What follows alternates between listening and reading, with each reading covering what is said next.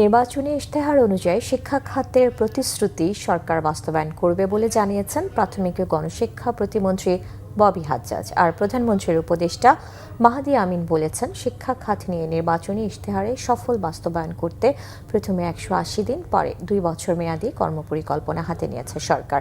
সকালে রাজধানীর একটি হোটেলে নির্বাচনী ইশতেহারের আলোকে আগামী দিনে শিক্ষা খাত শীর্ষক নাগরিক প্ল্যাটফর্ম সংলাপে এসব কথা বলেন তারা।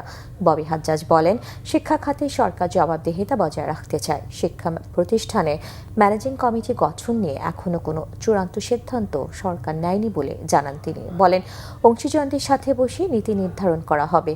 উপদেষ্টা মাহাদি আমিন বলেন, তৃতীয় ভাষা শিখিয়ে দক্ষ জনগোষ্ঠী তৈরি করার চেষ্টা চলছে। শিক্ষা প্রতিষ্ঠানে ভর্তি পদ্ধতি বিষয়ে সরকারের পরিকল্পনা নিয়ে প্রশ্নের উত্তরে মাহাদি আমিন বলেন, ভর্তি ক্ষেত্রে লটারি পদ্ধতি বাদ দিয়ে আগের পদ্ধতিতে ফিরবে সরকার। সেই সাথে নৈতিক শিক্ষাকে প্রাধান্য দিয়ে শিক্ষার্থীদের দক্ষতা বাড়াতে সরকারের সর্বোচ্চ আন্তরিকতা থাকবে।